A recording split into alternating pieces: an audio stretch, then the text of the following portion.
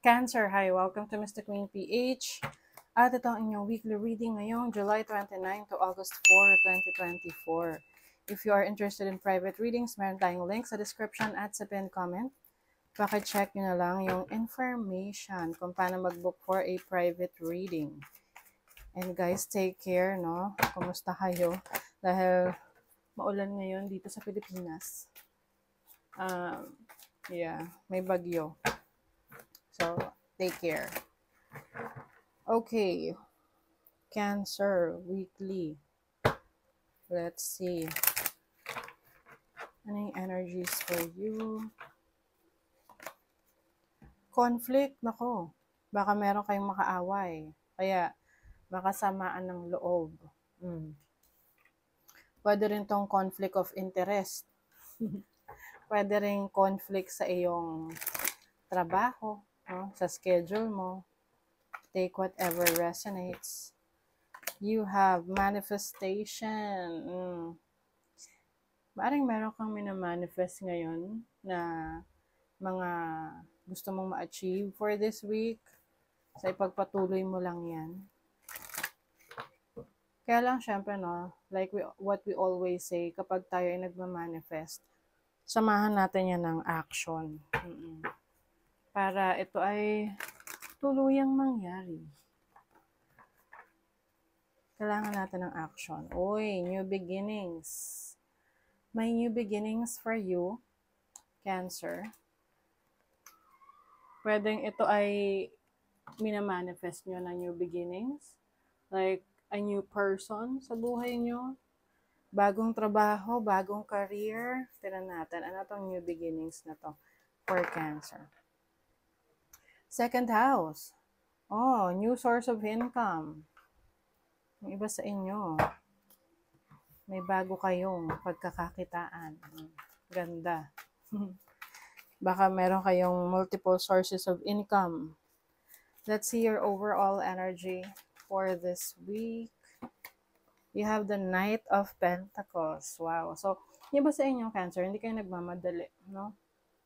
Kumbaga, meron kayong goal ngayong week na to na focus lang kayo doon. Hindi porket may goal kayo, gusto nyo agad-agad makuha nyo na. Kumbaga, slowly but surely. Kasi gusto nyo pang matagalan. This is also financial stability para sa inyo. Nagiging maingat rin kayo sa pag-handle ng inyong finances. You make sure na lahat ng napupuntahan ng pera ninyo ay may value sa buhay nyo. Let's see your challenge. You have the Seven of Cups. So, maaring may mga decisions na kailangan gawin ngayong week na to, na kailangan mong pumili. Ano yan? Mga relationship ba yan? Connections? Person? O, yung iba naman, opportunities, no? Sa paligid nyo. Ano yung, pwede kasi may mga offer sa inyo eh. May mga options.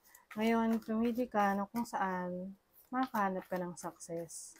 Kasi I see an opportunity for you na gusto mo, mahal mo, and then another one will also bring success sa buhay mo. Let's see your challenge, your opportunity. Uy, Five of Swords. Okay, you have the opportunity to finally see kung sino yung totoo sa'yo, sino yung hindi. Maari kasing merong tao na nagtatry na mag-take advantage sa'yo. So, you have to be careful, no? At I think ito ay may kinalaman dito sa conflict na to eh, na kanina, no? May conflict with someone. Para magkaiba kayo ng interest or mga pananaw sa buhay. So, it's time for you to reassess your situation. Kung you will let this person na magstay sa buhay mo kasi magkaiba kayo ng gusto. Let's see your blessing. What's the blessing? Nine of Cups. Oh, wish fulfillment. Nako, Cancer. I really feel that meron kang minamanifest for a long time na finally makukuha mo. It will be given to you. I think ito ay may kinalaman dun sa pera, sa resources, or sa valuable things, no? Properties. Bahay, kotse, lupa, sasakyan. Kotse na nga.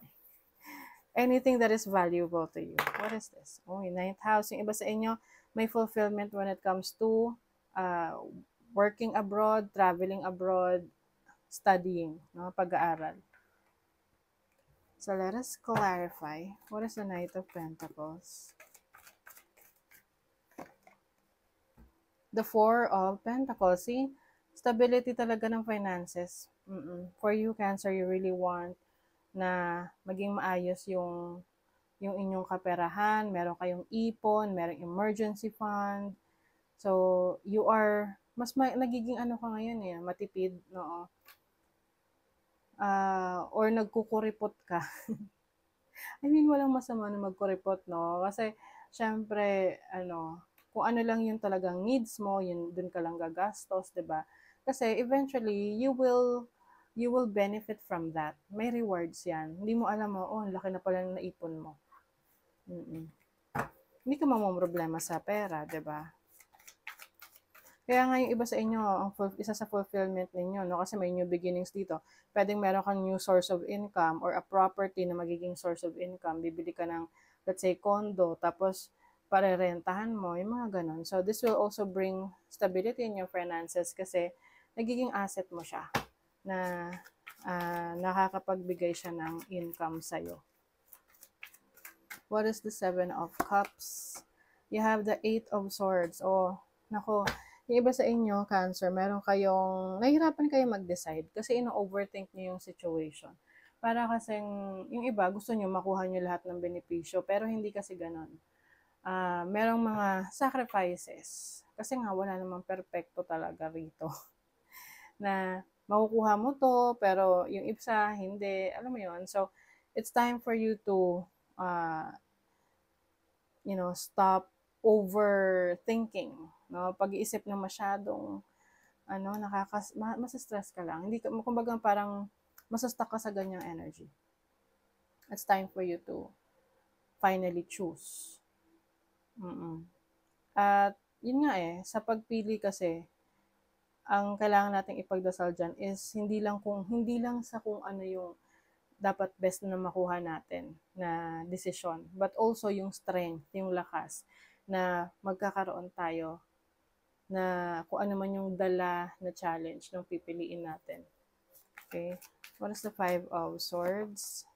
The Ace of Swords. Oh! You have the opportunity to get to know someone ng yung totoo sa kanya.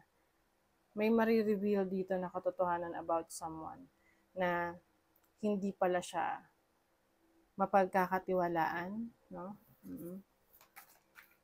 Or someone na sarili lang niya iniisip niya na kunyari kakampi mo siya pero nandyan lang siya dahil meron siyang benepisyo sa'yo. What is the Nine of Cups? The Two of Wands.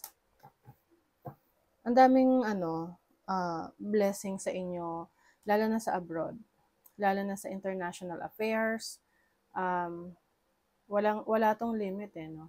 Pwedeng online selling, and any opportunities that you can earn from kahit na malayo ka dun sa lugar na yon. Yung tipong hindi mo kailangang nakatira doon para mag-benefit dun sa lugar na yon. You get what I mean?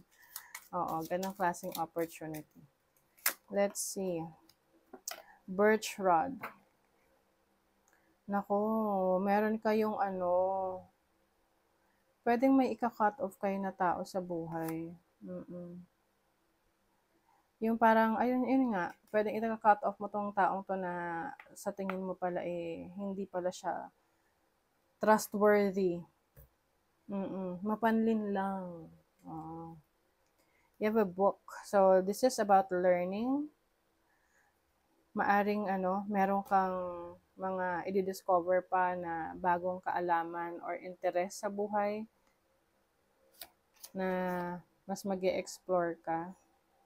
Man's best friend. Okay. So, yung iba sa inyo, Cancer, kahit na merong taong hindi kayo mapagkatiwalaan sa ngayon. meron ka namang tao na talagang loyal sa'yo. This can be your friend, best friend, your family member, your romantic partner. Okay. Time. Time spent worrying is time spent. Di ba? Ito yung sinasabi ko sa inyong pag-overthink ninyo. Oo. Nag-aalala ka. O, syempre, ano ka doon. Nag-spend ka ng oras. Sayang lang, di ba? Hoy, you are stepping into your own power. You are the queen or king of your life. Treat yourself like royalty. Oh, 'di ba? You're stepping into your own power, Cancer. Marirealize mo yung galing mo, kung gaano ka ka-powerful. Okay? So hindi ka na magda-doubt sa sarili mo. So that is your reading, Cancer. Thank you so much. Bye.